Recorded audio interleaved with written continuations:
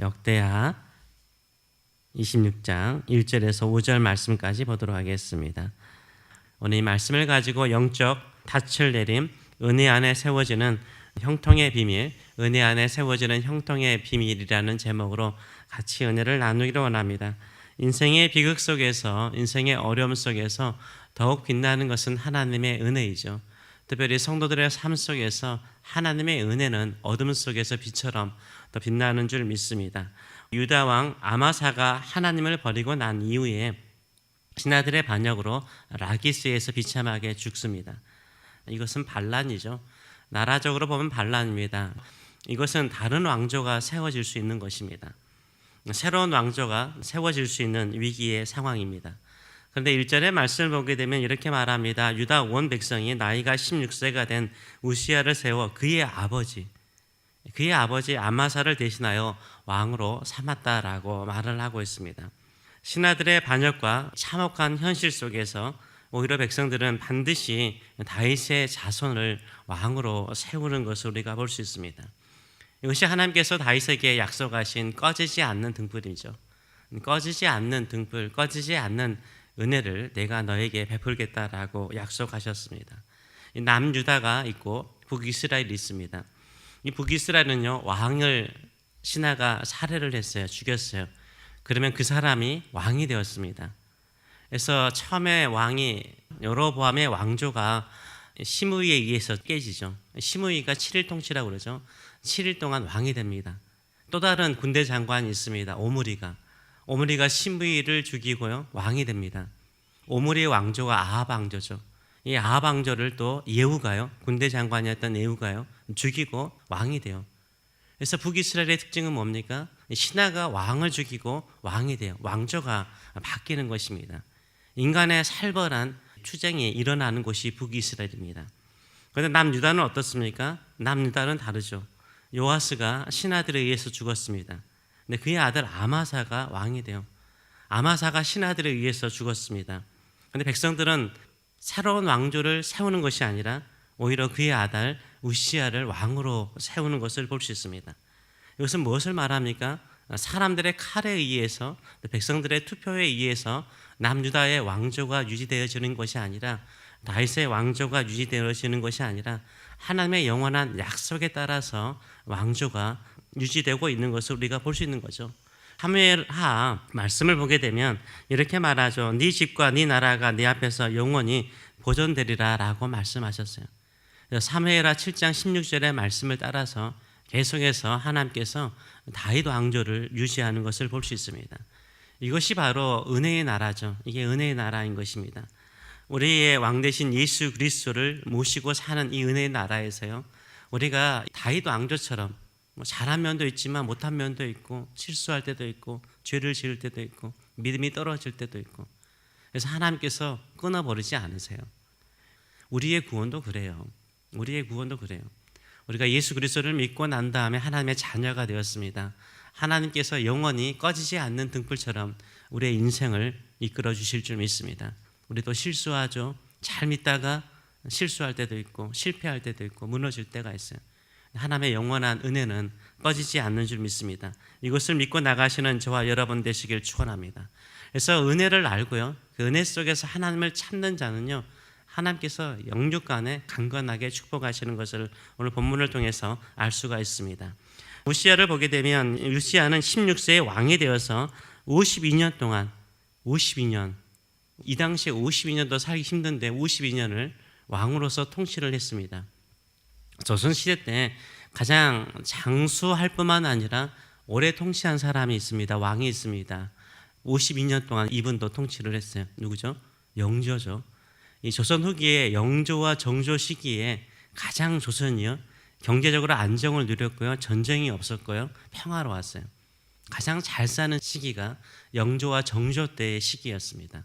우시야도 마찬가지예요. 우시야도 왕으로 52년 동안 통치하면서 경제적으로나 군사적으로 가장 강력한 시기를 맞이하는 시기였습니다.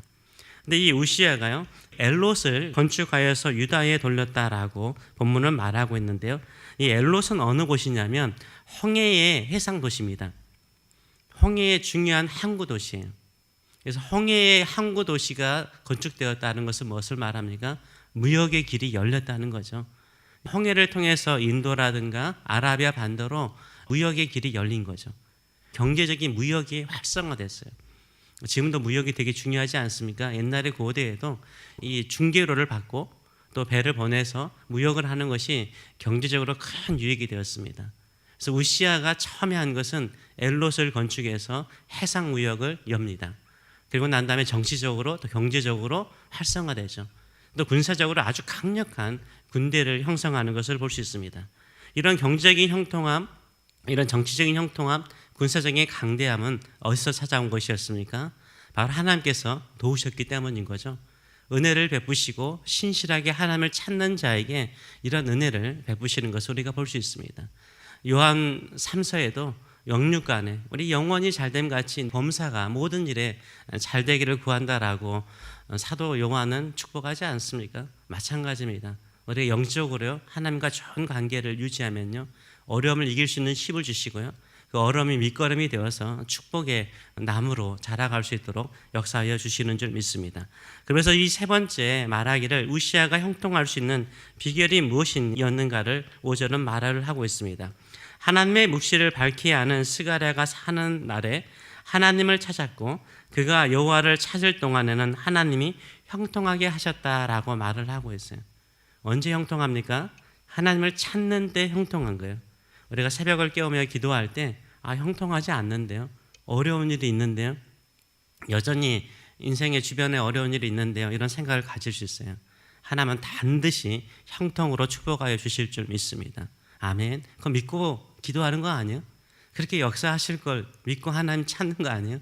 우리는 과정 중에 있는 거예요. 지금 당장 그 열매, 그 결과가 없다라고 실망하지 마시고 내가 하나님을 찾으면 반드시 하나님께서 우리의 삶을 형통케 하실 것을 믿으시는 저와 여러분 되시길 축원합니다. 그리고 어려운 일을 볼 때마다 그것은 과정이다. 지금 하나님의 축복의 과정이다. 형통함에 이르는 과정이라고 생각하시는 저와 여러분 되시길 축원합니다.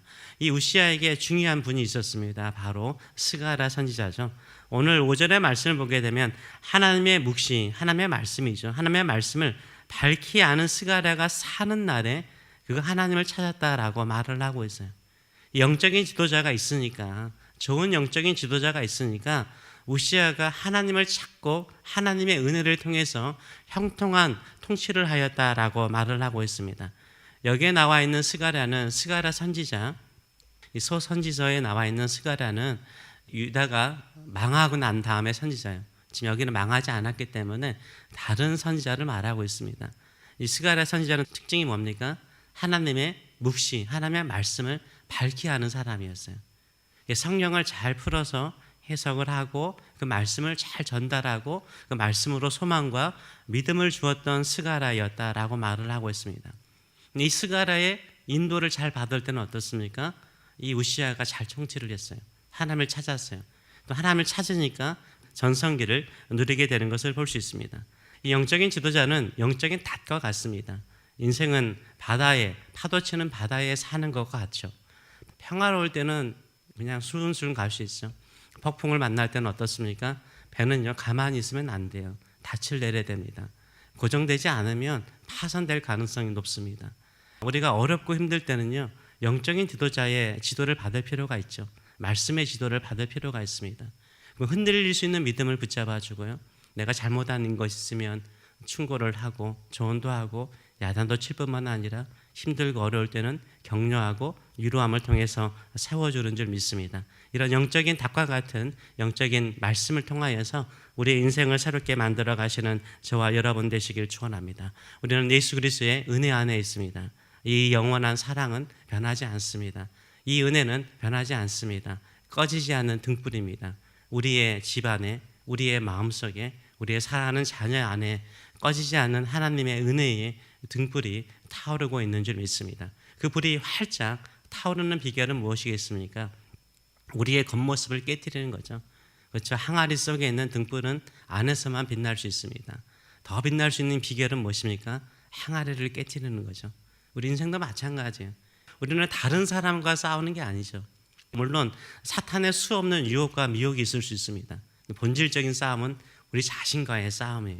우리 자신의 속에 있는 끊임없는 불신의 마음들, 욕망들, 그리고 죄성들, 이런 것들을 깨트려야 돼요. 깨트리면 더 빛나게 돼 있어요. 더 아름다운 역사를 이루게 되는 줄 믿습니다.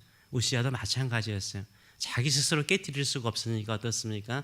스가랴 선지자의 도움을 받죠. 스가랴 선지자의 인도를 받아서 자기의 고집을, 완고함을 깨트리고 순종하며 나갔을 때마다 하나님께서 52년 동안 형통한 은혜를 주셨고 나라가 부강하게 하는 놀라운 역사를 이루었습니다. 우리가 그런 믿음을 가지고 주께 나가시는 저와 여러분 되시길 축원합니다. 힘들고 어렵더라도 하나님의 꺼지지 않는 등불과 같은 은혜를 늘 기억하시며 살아가시길 축원합니다. 형통의 비결은 오직 하나님의 말씀을 붙들고 사는 믿음의 길이 나의 삶을 형통하게 할 것이라는 확신을 가지고 살아가시는 저와 여러분 되시길 축원합니다. 기도하겠습니다.